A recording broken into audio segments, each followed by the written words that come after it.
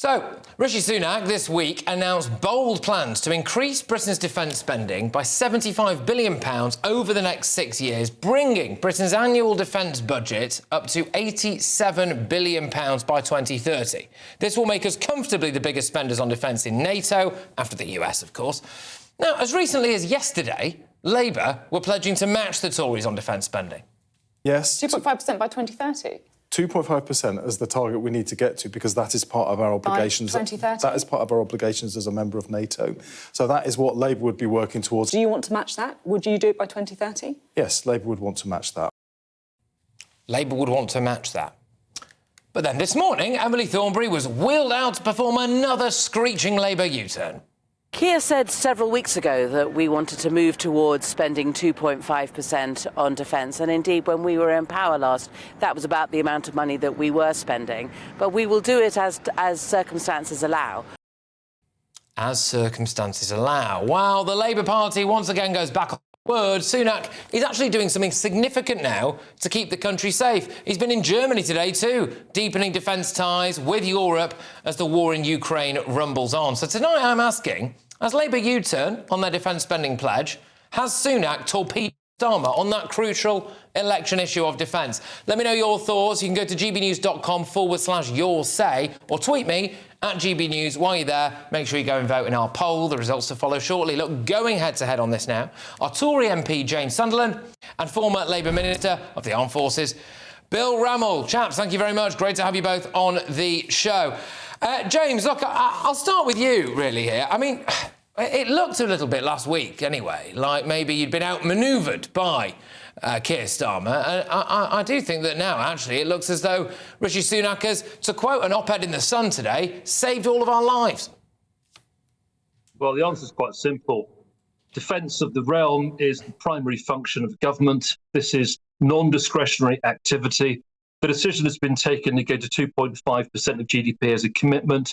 I welcome that commitment, but it's a reflection of the fact that the world is a dangerous place, the fact that our foes are emboldened, the fact that the threats are multiple, and that we have to spend more on defence in order to safeguard British interests.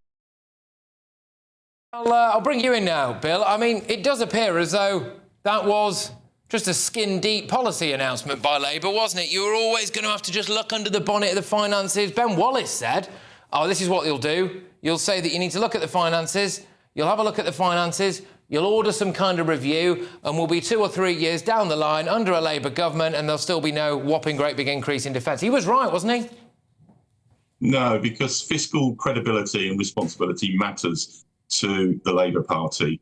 And we've said consistently we want to get to 2.5% of GDP, but as resources allow. But, you know, what Sunak has committed to in terms of a specific timetable is wholly lacking in credibility. 14 years in power, having crashed the economy, having cut the army by 40,000 soldiers, having reduced defence spending from 2.5% of GDP as it was under the last Labour government. Now, in the dying days of this administration, they commit to the biggest defence transformation in generations. And on top of that, he says today they want more tax cuts. It's Liz Truss with knobs on, and it would bankrupt our public services and bankrupt the economy in terms of a specific timetable.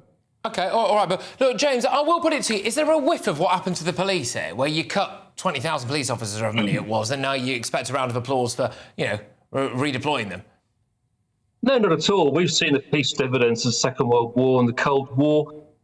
Threats have changed. Responsible governments adapt to circumstances, and the announcement today is reflective of that exact priority. And of course, it's interesting to listen to Labour, of course, because 3 of the current cabinet, their shadow cabinet, voted against Trident not too long ago. So Labour can't be trusted on defence whatsoever. This is a clear commitment. Labour are all at sea over this. It was embarrassing watching Labour today. Their backbenchers were outflanking their front bench on shadow defence, and it was actually quite amusing to see the fact that the Tories have stolen a march on this. The Tories are doing the right thing. The Tories are investing in defence and security, quite rightly, because of the world that we are living in, and Labour has no answer but to snipe from the sidelines. All right, look, Bill, you've snatched defeat from the jaws of victory here, the Labour Party, OK? It all looked very rosy a couple of weeks ago. Now, under the Tories, with Rishi Sunak, we have a vow to boost UK defence spending to 2.5% of GDP by 2030. And actually, we don't know what Labour would do we? Look, if Sunak was serious about that, he would have put this commitment in the budget. He didn't. Do we know what Labour would do, Bill? Yeah. This is pure electioneering. Look at the scale of the commitment. It's more than the whole of the national schools budget. If you look at the future Tory public spending commitments, there are 17% cuts in non-protected areas. What are Labour's commitments to defence, Bill? Go on. Yeah, our commitments is to get back to the amount of money we spent on defence as a proportion of GDP, but as resources allow. We've had the wish fulfilment from the Tories. We saw how unfunded commitments can crash the economy as we had under Liz Truss, and we're not going to repeat that. So it's not a policy, Bill, is it? Look, with respect, Bill, it's not, is it? It's, well, we'll look to do this as resources allow. One day, Bill, I'd like to buy a Maserati when resources allow. That's not a commitment, is it, Bill? Well, but sorry, if you make commitments that you don't have a credible means of delivering, you imperil the economy.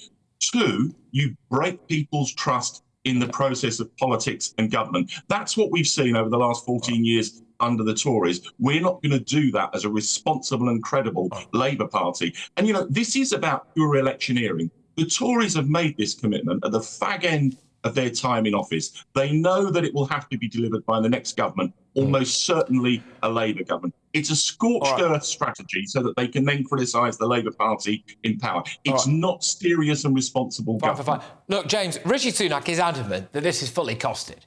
Is it? Can you prove that? Yeah, it's fully costed because the figures have been released. If you look at the OBR forecast and the way in which the money will be found, to 2030, I think it's pretty clear from the documents that came out.